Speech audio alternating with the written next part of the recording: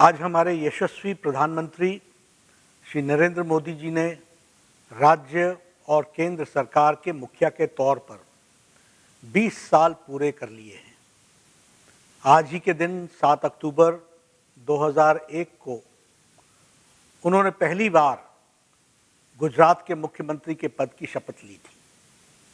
पहले गुजरात के मुख्यमंत्री और उसके बाद दुनिया के सबसे बड़े लोकतंत्र के प्रधान सेवक के रूप में 20 वर्षों की उनकी जन सेवा की यात्रा, जहां निराशा के माहौल से देश को निकालकर विश्व गुरु के पद पर अग्रसर करने की रही है, वहीं उन्होंने एक कर्मयोगी के रूप में देश के जन जन को नया भारत, न्यू इंडिया के विजन को साकार करने का आत्मविश्वास भी दिया है। एक जनप्रतिनिधि के रूप में एक जनसेवा के 20 वर्ष पूरे होने के उपलक्ष्य में मैं आज देश के सर्वोच्च नेता सम्माननीय प्रधानमंत्री श्री नरेंद्र मोदी जी को दिल की गहराइयों से अनंत बधाई देता हूँ।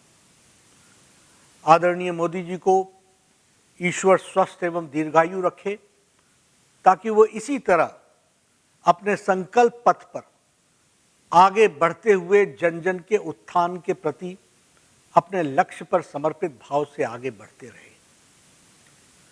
श्री मोदी जी ने संकल्प, समर्पण और सेवा के मार्ग को अपने जीवन का मूल मंत्र मानते हुए गरीबों के उत्थान और राष्ट्र की समृद्धि के अपना सर्वस्व अर्पित कर दिया है। मैं अपने आप को बहुत ही सौभाग्यशाली मानता हूं कि मुझे उनके सानिध्य में पहले संगठन, फिर सरकार और अब पार्टी में उनके साथ काम करने का अवसर मिला है। हम सभी देशवासी सौभाग्यशाली हैं कि हमारे पास श्री मोदी जी जैसे प्रधान सेवक हैं।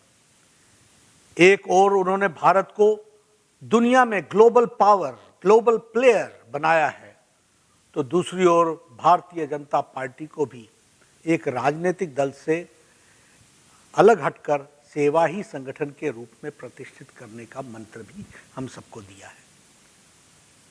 जब वह गुजरात के मुख्यमंत्री बने और 2014 में देश के प्रधान सेवक बने, तो उन्होंने गरीबी के दर्द और गरीबों के आंसू पोंछने को अपना शासन का आदर्श सूत्र बना लिया। जिस गरीबी को उन्होंने समझा, उसे आम जनता को निजात दिलाने के लिए उन्होंने कई ऐसी योजनाएं की शुरुआत की जो गरीब, वंचित, शोषित और पीड़ित लोगों के जीवन स्तर को ऊंचा कर सके, उठा सके।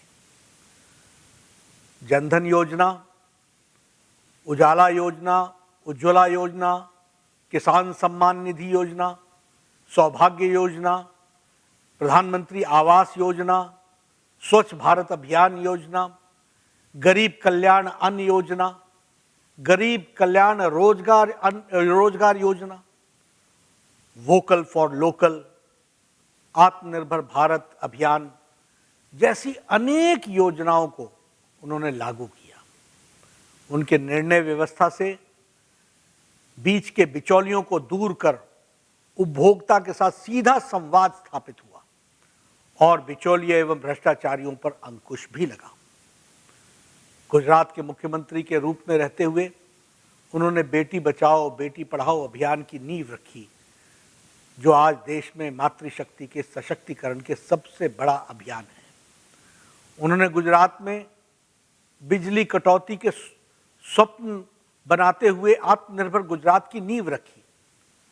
गांवों के विकास के लिए उन्होंने उस समय ज्योति ग्राम और ई ग्राम और विश्वास ग्राम जैसी योजनाएं शुरू की थी। जल संचयन और जल संरक्षण के अनूठे इनिशिएटिव के बल पर उन्होंने सूखे की समस्या से हमेशा दो चार रहने वाले गुजरात को हर खेत तक पानी पहुंचे, इसका प्रबंध किया।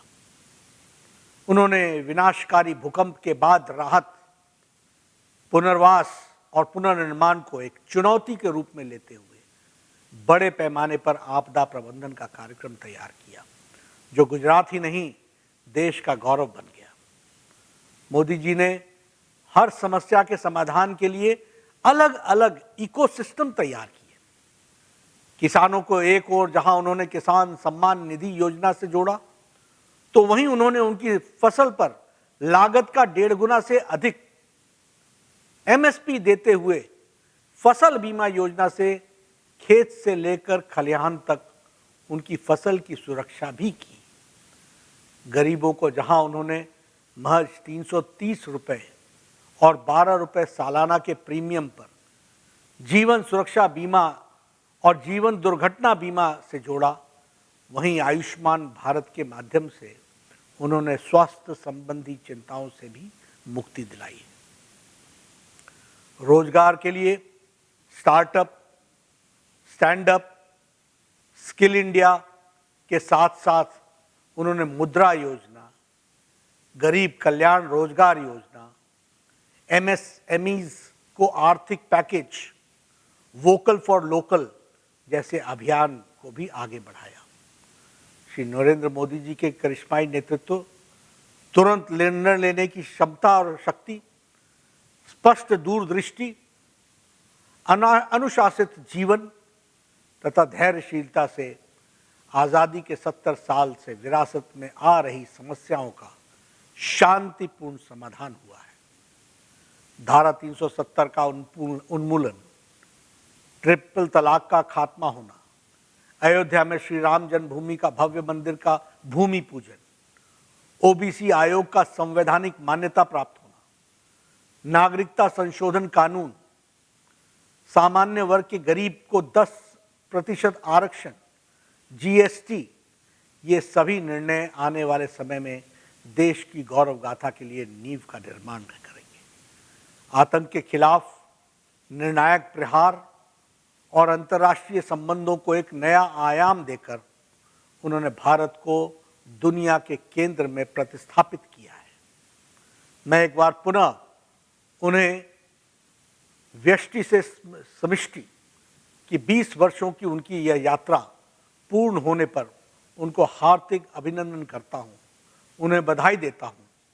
हम सब की कामना है कि वह इसी तरह अपने संकल्प पथ पर आगे बढ़ते रहें और देश को विश्व गुरु के पद पर प्रतिष्ठित करने के लिए अग्रसर रहे। यही हमारी सबकी कामना है। धन्यवाद।